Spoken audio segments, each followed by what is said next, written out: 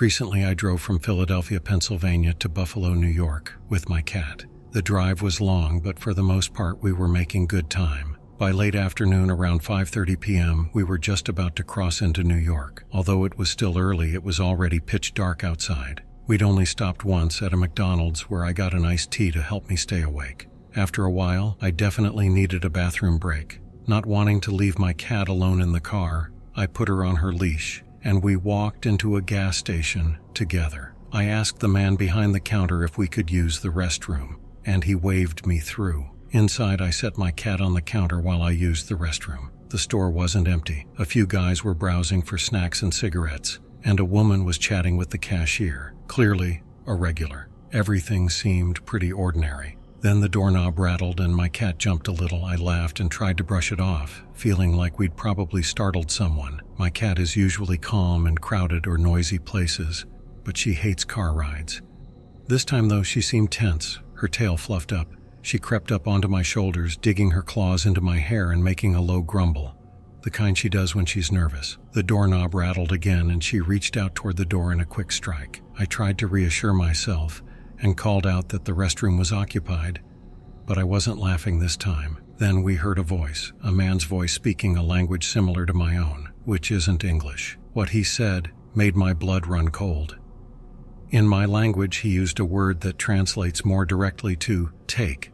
The meaning felt disturbing. He was asking if he should take me when I came out. Then someone else replied, saying no, pointing out that the cashier was right there. The first voice suggested waiting outside, mentioning that they thought my car was the blue one. My cat growled, and I tried to calm her, knowing there were no windows in the bathroom and that I'd parked around the side of the lot, out of sight and away from the lights. I'd done it to avoid drawing attention to the stuff packed in my car. For what it's worth, my car wasn't blue. We heard their footsteps retreat, but we stayed put, both on edge. A little later, we jumped when we heard a knock on the door. The voice on the other side was quiet. It was the man from the counter. He told me to come out quickly and that his girlfriend would lead me out the back to my car, explaining that the men were waiting by the pumps.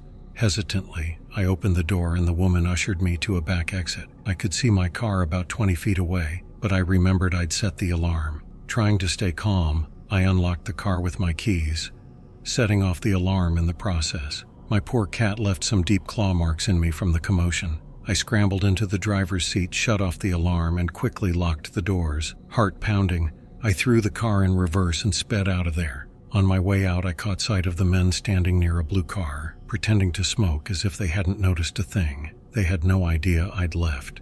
To those strangers with bad intentions, let's not meet again.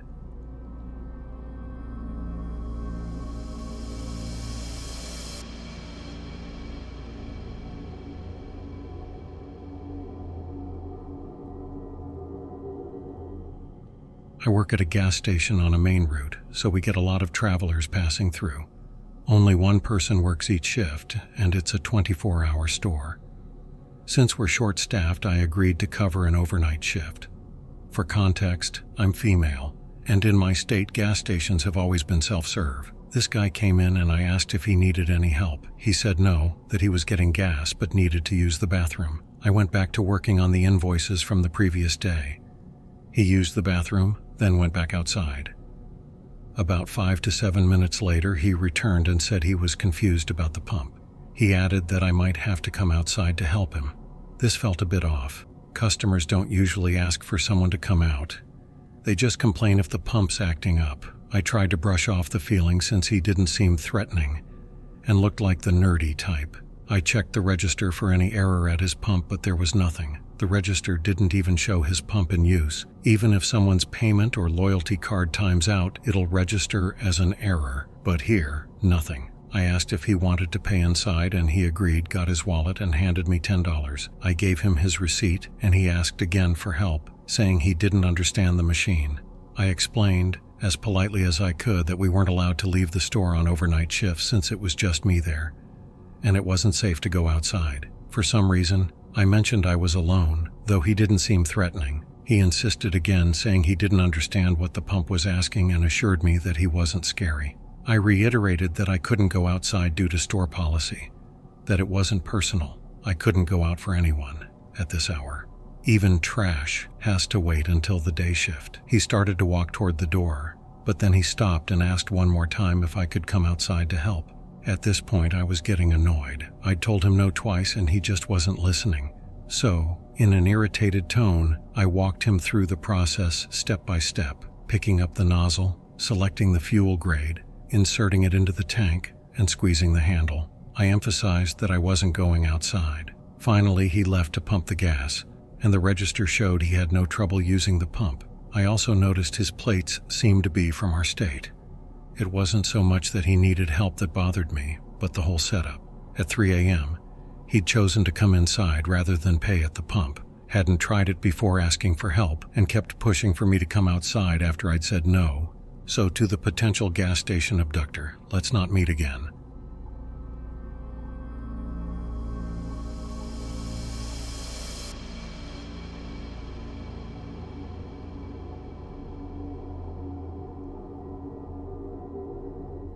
I had a job working overnight at a gas station near my house.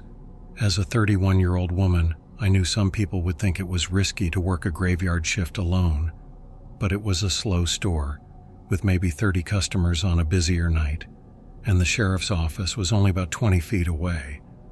I didn't think I'd run into too much trouble. It was around 3:30 in the morning, and I stepped outside to sweep the parking lot and check the trash one last time. It was time for a cigarette, and I had one earbud in, enjoying some music.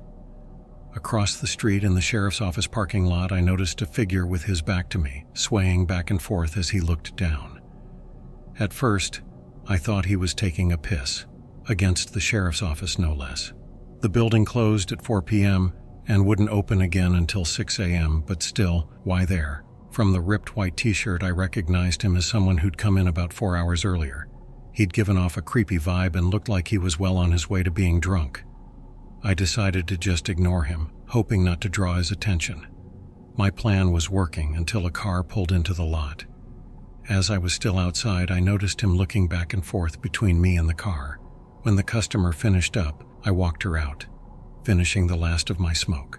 I left my dustpan and squeegee by the curb, planning to go back inside as soon as she was gone. Then we both heard him start swearing loudly, seemingly arguing with himself. She glanced across the road and told me to be careful. I tried to lighten the moment with a joke, saying he should probably be more afraid of me. But the man hadn't left. He was closer to the road now, staring directly into the parking lot of my store. He kept yelling, but it was all slurred and hard to make out. He was obviously drunk, barely able to stand upright and still swaying. This time I kept my eyes on him as I slowly walked back inside. Something about his face bothered me. It had a darkness, a wildness in his eyes. In my experience working graveyard shifts, the ones with those crazy eyes are always the worst. I still had almost 3 hours to go, and 2 hours before anyone else would arrive. I quickly went to the computer and typed up a temporarily closed sign, just in case he decided to make trouble. As I came around the counter to head to the doors, I realized he'd crossed the street and was now on my side. I managed to lock the second door just as he stumbled into the parking lot. I made a hand signal across my neck, hoping he'd understand it as, "Nope, sorry, we're closed." I shook my head back and forth for good measure, hoping he'd take the hint. He started to walk away, but then he suddenly screamed at me, his voice enraged, his hands flailing violently in all directions. His shouting wasn't just angry, it was filled with a wild intensity that made me feel I was in the wrong shift at the wrong job. Feeling seriously unnerved, I called the cops. Good thing I did, because right after I hung up, he was back, tugging and banging on the door. Then he backed up and threw himself at it, trying to ram it open. I wasn't too worried, as the doors were thick glass, but the sight alone was disturbing. Without thinking, I yelled through the door that I'd called the cops and he was about to get busted. Looking back, I regretted saying that, because as soon as the words left my mouth, he bolted. The police arrived and searched the area, combing the roads and surrounding neighborhoods for over an hour. Since he hadn't harmed me and they hadn't found him, I didn't file a report. For the rest of my shift, I stayed safe behind locked doors, watching the clock tick down. The whole experience just left me on edge. Maybe if I hadn't warned him, he wouldn't have run, and I could have felt safer at work. I'll never know. I'm just glad I don't work there anymore.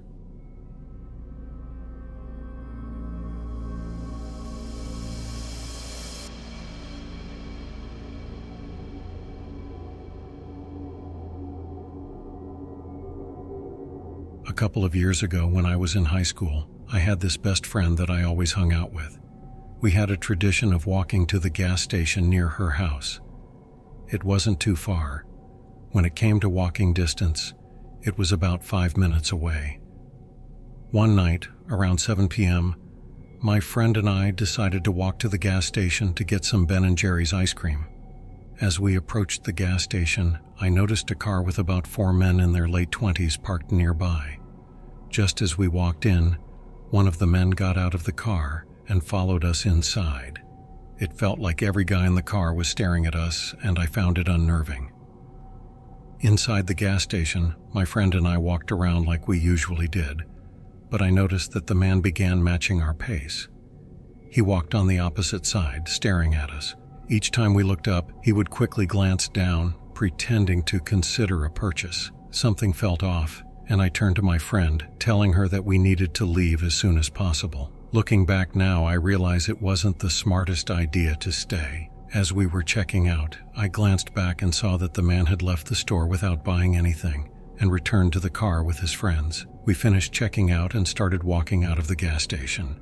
At this point, I felt like my life could have truly been in jeopardy. I knew it was foolish of us to even go outside with those creepy men. As we walked back toward the house, the car full of guys yelled at us, asking if we wanted to go for a ride. My friend responded firmly, saying, no. She wasn't the type to take nonsense from guys like that. After her refusal, they yelled other things, saying they would make it worth our time, along with other bizarre comments. We were probably a good 40 feet from them when my friend decided to flip them off, which instantly changed the atmosphere. After she did this, they yelled at us to get in the car and not to make them come get us. Hearing this, we both ran as fast as we could. I could hear the guys yelling at each other, telling someone to drive, and the engine revved. It sounded like they were trying to catch up to us. At that point, we were about halfway to my friend's house, and I realized we wouldn't make it in time. I ducked behind one of the cars parked in someone's driveway with my friend. I heard the car stop, and the men were saying things I couldn't understand. After what felt like an eternity, I finally heard them drive off. We ran back to her house as fast as we could and cried for a good 5 minutes out of fear. I also ended up crying because, in the midst of everything, I had dropped my ice cream. So creepy gas station guys who potentially could have kidnapped us and made me lose my ice cream. Let's not meet again.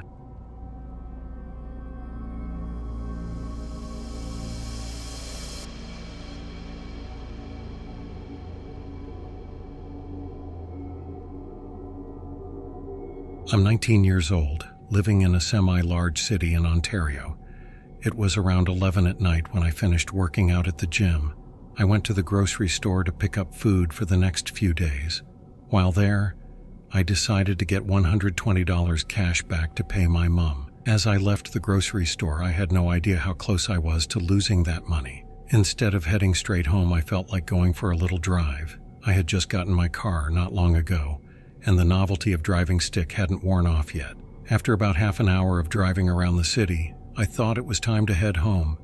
As I passed a gas station on the edge of town, close to my house, I decided it was a good time to pull in and fuel up. When I arrived, I noticed I was the only one at the gas station. It was in an industrial part of town, so there wasn't much around. I saw an empty lot beside the gas station, and off in the distance I noticed an SUV parked there, about 100 to 200 meters away. I didn't think much of it at the time. I got out and started pumping gas when I saw a woman coming around the corner, walking straight toward me. The moment I noticed her, a shiver ran down my spine. I instinctively locked my car. She approached quickly, hands in her pockets, staring at me intensely. She said she had gotten in a fight with her boyfriend and that he had left her there, asking if I could give her a ride to her mom's house. Another chill ran down my spine as she repeated her request almost word for word, in a casual, raspy voice.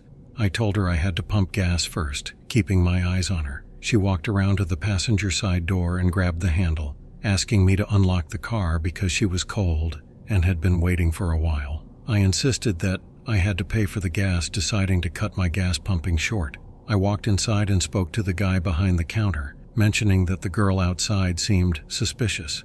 He shrugged, clearly uninterested in getting involved, so I walked back out. I figured she might be high or something, and I thought of a way to get her to leave me alone. As I stepped outside, I noticed the SUV had started up. I watched the driver maneuver to exit the parking lot, stopping with the engine still running, about 100 meters away. She asked again if I could open the door, insisting that she was really cold. So many alarm bells were ringing in my head she looked sketchy. While she was dressed decently, her face was rough. She wore heavy makeup that didn't hide a nasty sore on her lip. Her sunken eyes were dull and bloodshot, giving her a lifeless appearance. She didn't seem like a damsel in distress at all. There was no emotion in her voice. I told her it wasn't my problem and that I needed to go home. She insisted I was driving her home. I repeated that I couldn't and had to get home right now. Reaching for my phone, I realized I had left it in the car. She shouted that she was cold and had been out there for hours, surprisingly angry for someone asking for a favor. Then I noticed her glance at the SUV. It started to click for me, and I raised my voice a bit, telling her that it wasn't my problem. I moved closer to my driver's door. She yelled that I had said I would drive her home. I replied again that it wasn't my problem. Our voices were rising, and while we weren't yelling, the tension was building. We exchanged heated words for a couple of minutes. My mind raced with thoughts of losing my car, being stabbed or shot, and getting robbed for the $120 I had in my wallet. Frustration boiled over, and I lost my temper. I told her to get back, that she didn't know who I was, and to get back right now. I was in fight mode, ready to defend myself if necessary. I think I caught her off guard because she stepped back immediately. She told me to get out of there right now, walking backward. Panic washed over me. I watched her as she walked away. Noticing she was heading toward the SUV, I didn't stick around. I hopped in my car and drove away quickly. I turned into a random subdivision to ensure I wasn't being followed. I called the cops and they said they'd send a car, but there wasn't much they could do since no real crime had been committed. They assured me I had done the right thing, and she was likely bait for some kind of robbery. I drove home as fast as I could.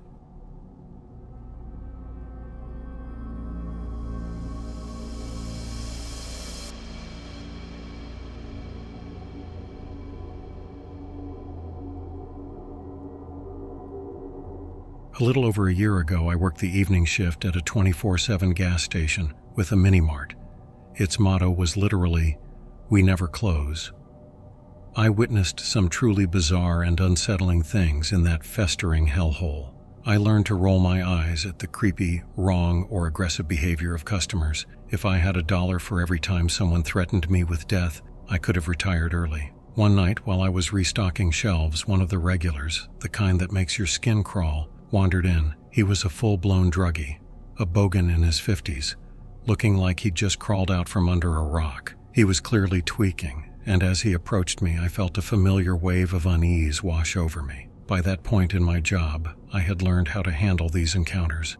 Ignoring them only made them angry. Acting interested led to clinginess, and for the love of all that's holy, I never agreed to anything. He started rambling about some disturbing fantasies he had, and I tried to tune him out, my mind drifting away from his perverted talk.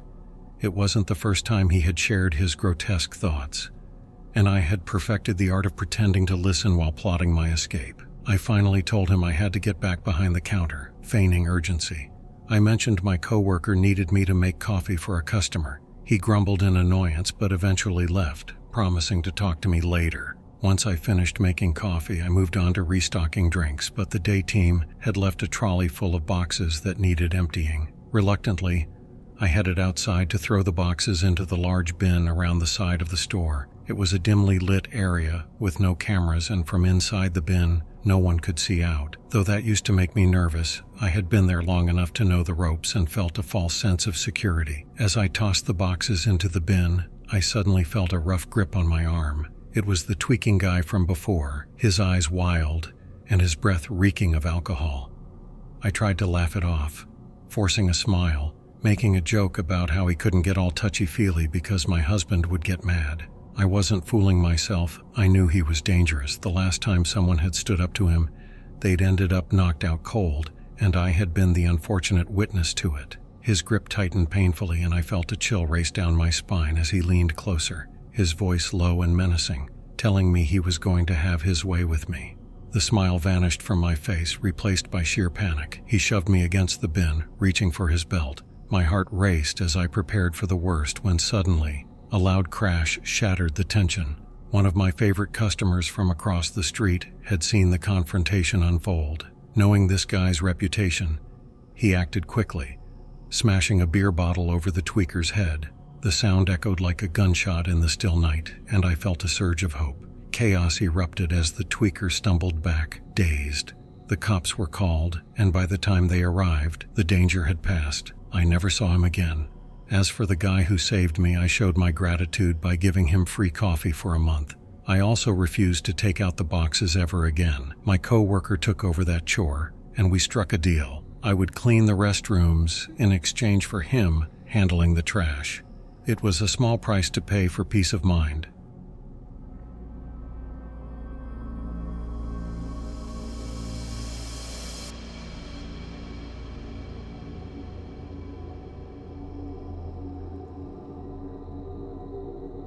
About 7 years ago, when I was 17, my parents went out of town for the weekend and left me at home.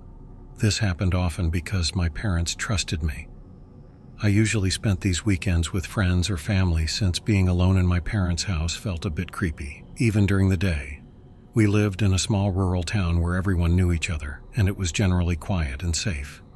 On Saturday, I was supposed to stay with a friend, but her parents decided at the last minute that I couldn't. I wasn't too upset about going home because I expected this could happen. I left her house, which was about 15 minutes from my parents' place. On the way home, I suddenly felt uneasy, a feeling I couldn't explain. I just knew I didn't want to stay alone at my parents' house. I called my brother and asked if I could stay with him. He was living with a woman who had a small child at the time. He said it would be quieter for him to come stay with me because his dog would bark if I tried to go to his house. He told me he would be at our parents' place in 20 minutes. After hanging up, I decided to stop at a gas station to grab a snack so my brother would be there when I got home. I pulled into the gas station. There were only a few cars in the lot, which is typical for a small town in the rural South where everything stops after 8 p.m. I parked and walked to the door. A man was standing outside, smoking, and he opened the door for me without saying anything. I smiled and thanked him, feeling grateful for the gesture. Inside, another man was standing by the door. I noticed him staring at me right away, and I could feel his gaze moving over me. He looked at me in a way that made my skin crawl and said something like he wanted to know what I was doing alone. It was incredibly creepy, and I just ignored him as I walked toward the back of the store. He yelled after me, calling me a rude name, but I kept walking. I figured he was either drunk or high or just an obnoxious guy. Most people around here talk a big game but don't usually act on it. I wasn't scared, just annoyed. I grabbed my snacks and paid at the counter. When I walked back to the door, both men were gone. I felt relieved not to deal with any more unwanted attention. I started walking across the lot to my car, which was about 100 feet away. I looked down at my phone to check if my brother had arrived at my parents' place. When I looked up, the man who had hit on me was standing by the gas pumps, staring at me again. I glanced at him for a second and kept walking. He shouted at me saying I was supposed to answer when a man talked to me, but I shot back something sarcastic as I got into my car. He looked angry at my response. As soon as I was inside, I locked my doors and started the car, just wanting to get home and enjoy my snacks with my brother. I put my car in gear, but then realized the man had disappeared.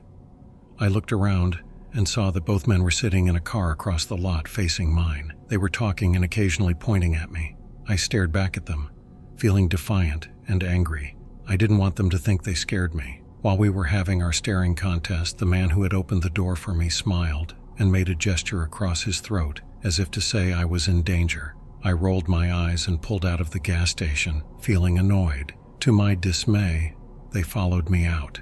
Until that moment, I hadn't felt scared because, as I said, most people here talk a lot without actually doing anything. Instead of heading home, I took a few back roads in a circle to see if they were really following me. They were. When they figured out what I was doing, they drove up really close to me and started honking their horn. I couldn't see their headlights. They were so close. I called my brother and told him what was happening. He said I should come home and he would handle it. I drove toward home and the two men continued to follow me, honking their horn. Even with my detours, I was only about 3 or 4 minutes from my parents' house. I slowed down to pull into the driveway and felt relieved when I saw my brother standing at the end of it. He was shirtless with his shoulders back and hands crossed in front of him, clearly holding a pistol, and his intimidating-looking pit bull was sitting beside him. I drove around him into the yard. The two guys actually started to pull in behind me until they saw my brother, and then they quickly left. I often think about what might have happened if I had stopped somewhere alone or kept driving. I'll always remember the image of my brother standing there like a protector, ready to keep me safe. I'm really thankful he was there,